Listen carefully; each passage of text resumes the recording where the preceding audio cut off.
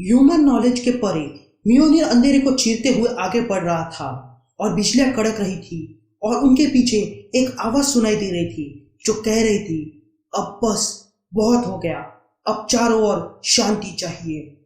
और ये सारी बातें एसगार्ड का किंग थॉर कह रहा था।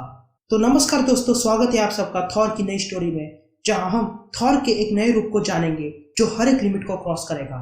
तो बिना किसी देरी के शुरू करते हैं आज का एपिसोड।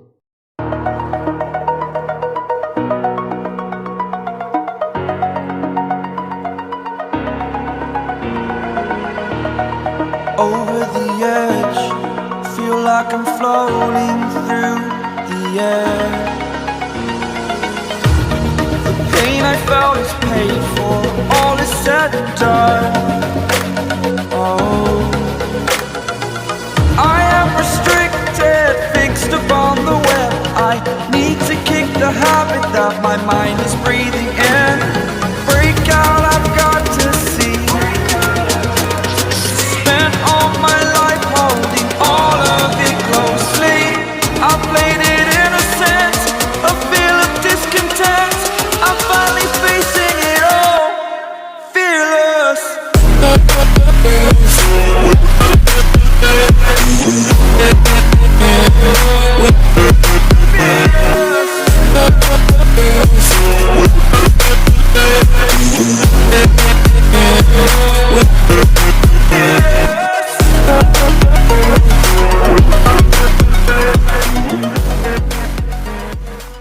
कहानी की शुरुआत में हम मियोनिर को देखते हैं जो पूरे यूनिवर्स से होते हुए जा रहा था और तब हमें किसी की आवाज सुनाई देती है जो कहती है, अंधेरे के अंदर एक तूफान की तरह एक गॉड की आवाज सुनाई दे रही है जो अब एक किंग बन चुका है और उसकी आवाज पूरे यूनिवर्स में सुनाई दे रही है, चाहे वो वेनाहेम हो या वैनिर, चाहे वो योतुनहेम हो या डार्क एल्फ की दुनिया।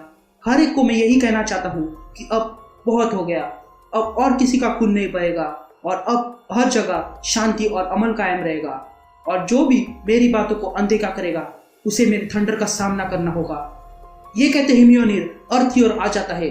यहाँ एवेंजर्स एक मॉन्स्टर से लड़ रहे थे और तब पीछे से मियोनिर आकर एक ही पल में उस मॉन्स्टर का सर फोड़ देता है और वो मॉन्स्टर की मौत वही हो जाती है और मियोनिर आकर जमीन पर गिरता है और उस पर लिखा था, जो भी इसे उठाएगा वो थॉर की शक्ति पाएगा।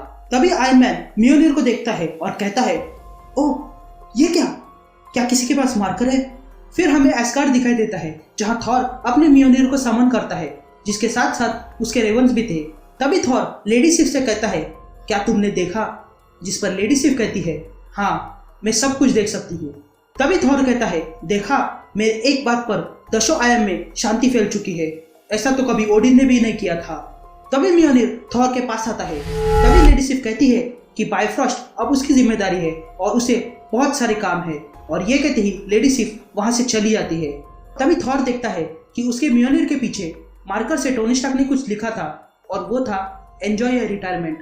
ये देखकर थॉर वहां से चला जाता है क्योंकि थॉर अब एवेंजर्स से रिटायर हो चुका था। तभी लेडी सिफ थॉर से कहती है, इतने शांत क्यों हो? अब तो आप एसगार्ड के राजा बन चुके हो और यही तो आप चाहते थे बचपन से। जिस पर थॉर कहता है, हाँ मैं यही चाहता था, पर एक गॉड के लिए क्या किंग बनना मायने रखता है? फिर हमें एसगार्ड दिखाई देता है, लेकिन ये एसगार्ड पहले जैसा नहीं था। यहाँ ना ही कोई बड़ा महल था, ना ही शान शौकत। यहाँ सिर्फ एक थ्रोन है, वो भी यग्द्रसिल पेड़ से बना हुआ। थॉर वहां आकर बैठता है और अपने मियोनिर को नीचे रखता है और कहता है, एकांत। तभी सारे लोग वहां से चले जाते हैं। थॉर अकेला ही वहां बैठा रहता है, लेकिन तभी थॉर को एक जानी पहचानी सी आवाज सुनाई देती है जो कहती है, तो तुम्हें कैसे लगता है हमारे पिताजी की जगह पर बैठकर? और वो शख्स कोई और नहीं बल्कि लोकी था। जिस पर थॉर कहता है, पता नहीं, इससे पहले मैं कभी बैठा नहीं था। तभी लोकी कहता है, मुझे लगा था कि तुम किंग बनने के बाद एक बड़ा लंबा चौड़ा भाषण दोगे, लेकिन तुम तो यहाँ पर अकेले बैठे हो। जिस पर थॉर कहता है, लोकी, फ्रॉस्ट जायंट के राजा, तुम्हें इतना भी पता नहीं कि ऑल फादर से मिलने से पहले तुम्हें नीचे झुकना होगा। यह सुनते ही लोकी थॉर के सामने झुक जाता है। तभी थॉर अपने मियोनिर को उठाता है और वहां से जाने लगता है और लोकी से कहता है, रहने दो, अगली बार अगर बिना पूछे तुम मेरे रियासत में आ गए तो मेरे रेवंस तुम्हारे आंखें नोच खाएंगे। तभी लोकी फिर से थॉर से कहता है, लगता है मियोनिर का बोझ तुमसे अब उठाया नहीं जाता क्या? ये सुनते ही थॉर को गुस्सा आता है और वो अपना म्योनिर लोकी पर फेंकता है, लेकिन म्योनिर लोकी के फेस के सामने आके रुक जाता है। ये देखकर लोकी कहता है, ये तुमने कैसे किया? जिस पर थॉर कहता है, मैं अब ऑल फादर हूँ।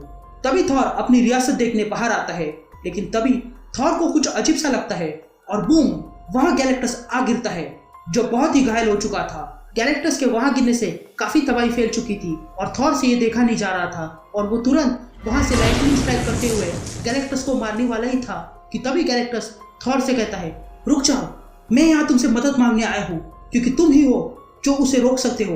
ब्लैक विंटर वो आ रहा है। और ये कहते ही गैलेक्टस बेहोश हो जाता है। दूसरी तरफ वॉलस्टाइक एकदरअसल ट्री के सामने आ जाता है और देखता है कि उस ट्री से खून निकल रहा है। फिर हम थॉर को देखते हैं जो अपने रेवंस को भेजकर गैलेक्टस के सारे हेराल्ड्स को बुलाता है और तब थॉर कहता है, शुक्रिया तुम लोगों का जो मेरे कहने पर यहाँ आए, लेकिन मैं एक बात जानना चाहता हूँ कि ये ब्लैक विंटर आखिर में है कौन? तभी वहां पर सिल्वर सर्फर आ जाता है जो अब ब्लैक बन चुका था।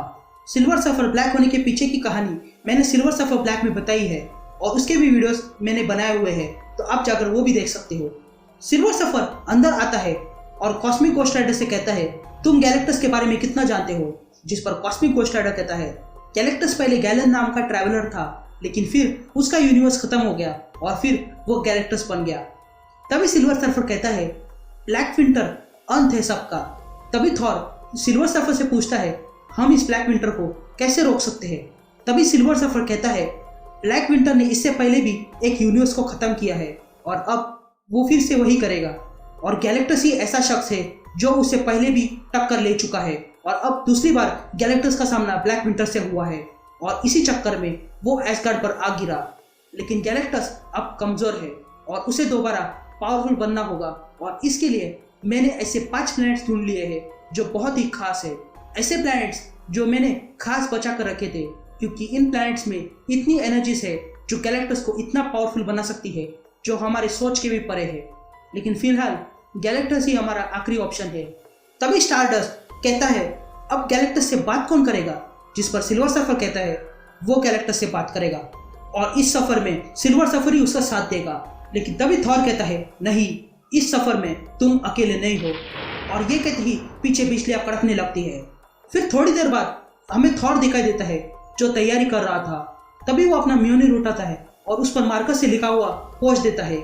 फिर हम देखते हैं कि थॉर अपनी एस्गार्ड आर्मी के साथ और गैलेक्टस हेराल्ड के साथ मिशन पर निकलता है। तभी गैलेक्टस थॉर के सामने आ जाता है। तभी थॉर गैलेक्टस से कहता है, मेरे सामने झुको।